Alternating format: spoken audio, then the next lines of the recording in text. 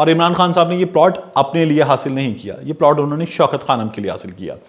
عمران خان صاحب نے جو پلاٹ حاصل کیا نمر یونیورسٹی کے لیے، وہ ایک تعلیمی ادارے کے لیے حاصل کیا۔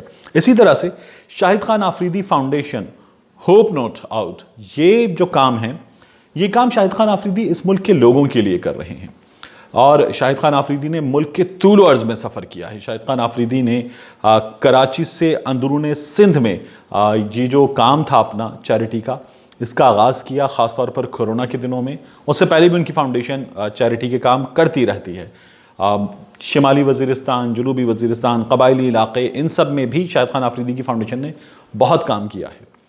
پھر اس کے بعد شاہد خان آفریدی نے پنجاب کے مختلف علاقوں میں، آزاد کشمیر میں، خیبر پختونخوا میں، سابق فاٹا میں، بلوچستان میں، دور دراز علاقوں میں چیریٹی کا کام کیا، اور بہت بھرپور انداز میں انہوں نے چیریٹی کا کام پورے ملک میں کیا۔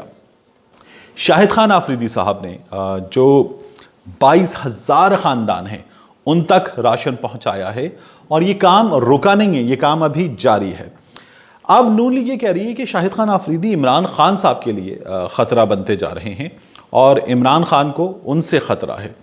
تو عرض یہ ہے کہ اگر عمران خان صاحب کو شاہد خان آفریدی سے خطرہ ہے تو میں یہ چاہتا ہوں کہ یہ خطرہ ہو، شاہد خان آفریدی عمران خان کے لیے خطرہ بنے، اور صرف شاہد خان آفریدی خطرہ نہ بنے، بہت سارے لوگ عمران خان صاحب کے لیے خطرہ بنے، یہ مسابقت، یہ مقابلے کی فضا اور بڑھے، وہ فضا کہ جس میں پاکستان کا بھلا چاہنے والے، پاکستان کی چیریٹی کے لیے کام کرنے والے، پاکستان کے غریب لوگوں کے لیے کام کرنے والے، تعلیم کے لیے کام کرنے والے، بے روزگاری کے لیے کام کرنے والے، بھوک اور افلاس کے معاملے پر کام کرنے والے لوگ آگے بڑھیں، اس مقابلے میں آگے بڑھیں، اور اس کے بعد یہ پاکستان کے لوگوں تک پہنچیں، ان کی بھوک ختم کریں، ان کی بے روزگاری ختم کریں، ان کی غربت کے خاتمے کے لیے کام کریں، ان تک ضروریات زندگی پہنچانے کے لیے کام کریں، ان کا حق ان تک پہنچانے کے لیے کام کریں۔ اور یہ تمام لوگ اگر کل سیاست میں آتے ہیں تو یہ خطرہ بنے، عمران خان کے لیے نہیں خطرہ بنے، یہ باقی سیاستدانوں کے لیے بھی خطرہ بنے، خاص طور پر عمران خان کے لیے خطرہ بنے۔ ایسے لوگ جو مزید پاکستان کا بھلا کرنا چاہتے ہیں، یہ خطرہ بنے، اور یہ خطرہ بنتے چلے جائیں عمران خان کے لیے، کیونکہ یہ پھر پاکستان کے لیے خطرہ نہیں بنیں گے، یہ پاکستان کے لیے بہتر کریں گے۔ اور مجھے ایسے تمام لوگ بہت عزیز ہیں۔ شاہد خان آفریدی صاحب پر ماضی میں ایک بیان جو انہوں نے بھارت میں دیا تھا، اس پر میں نے بڑی کڑی تنقید کی تھی۔ بعد میں نے یہ کہا تھا کہ تنقید درست تھی، لفظوں کا استعمال جو تھا وہ مختلف ہو سکتا تھا۔ تو یہ خطرے جو ہیں پاکستان کے لیے، عمران خان کے لیے بڑھیں، یہ پاکستان کے لیے بہترین ہے۔ لیکن یہ لوگ جو کہہ رہے ہیں نون لیگ کے رہنما کہ شاہد خان آفریدی عمران خان کے لیے خطرہ بن سکتے ہیں، یہ ذرا بتائیں کہ کیا یہ کبھی میاں نواز شریف کے لیے خطرہ بن سکتے ہیں؟ کیا یہ کبھی میاں شہباز شریف کے لیے خطرہ بن سکتے ہیں؟ حمزہ شہباز کے لیے خطرہ بن سکتے ہیں یہ لوگ؟ کیا یہ لوگ پارٹی کی ٹاپ لیڈرشپ تک پہنچ سکتے ہیں؟ کیا یہ لوگ کوئی جواب دے سکتے ہیں ان لوگوں کو جنہوں نے کہا تھا کہ میں میاں صاحب کو اپنا لیڈر مانتا ہوں لیکن ان کے بچوں کو اپنا لیڈر کیوں مان لوں؟ کیا یہ لوگ کہہ سکتے ہیں کہ کل جو ہے وہ قاسم اور سلیمان وہ آئیں گے اور پارٹی سنبھال لیں گے، اور شاہد خان آفریدی جیسے لوگ اگر وہ پی ٹی آئی میں آ جائیں، یا کچھ اور، یا شاہ محمود قریشی صاحب یا اسد عمر صاحب یا دیگر لوگ اس پارٹی کے، وہ منہ دیکھتے رہیں گے اور قاسم اور سلیمان آ کے پارٹی ٹیک اوور کر لیں گے؟ یہاں تو میاں نواز شریف کی جو پارٹی ہے وہ آل شریف کی پارٹی ہے، اور یہ پارٹی ان کے ہاتھ سے نکل کر مریم نواز شریف کے پاس جائے گی۔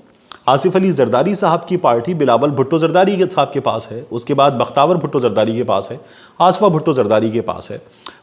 یہ تمام لوگ جن میں خاص طور پر پاکستان پیپلز پارٹی میں تو بہت بڑے بڑے دماغ، بہت پڑھے لکھے لوگ، اور ایسے لوگ جنہیں انٹلیکچوئلز میں اور دانشوروں میں شمار کیا جاتا ہے، ایسے لوگ موجود ہیں۔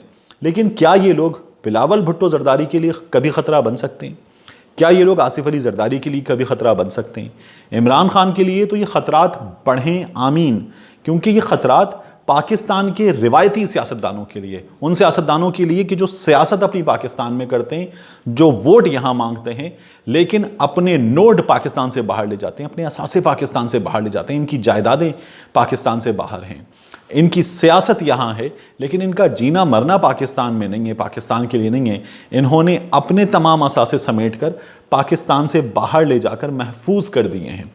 تو ان لوگوں کے لیے خطرات پیدا ہوں جو خطرات عمران خان کے لیے آپ کو نظر آ رہے ہیں وہ خطرات تو پاکستان کے بھلے کے لیے ہیں۔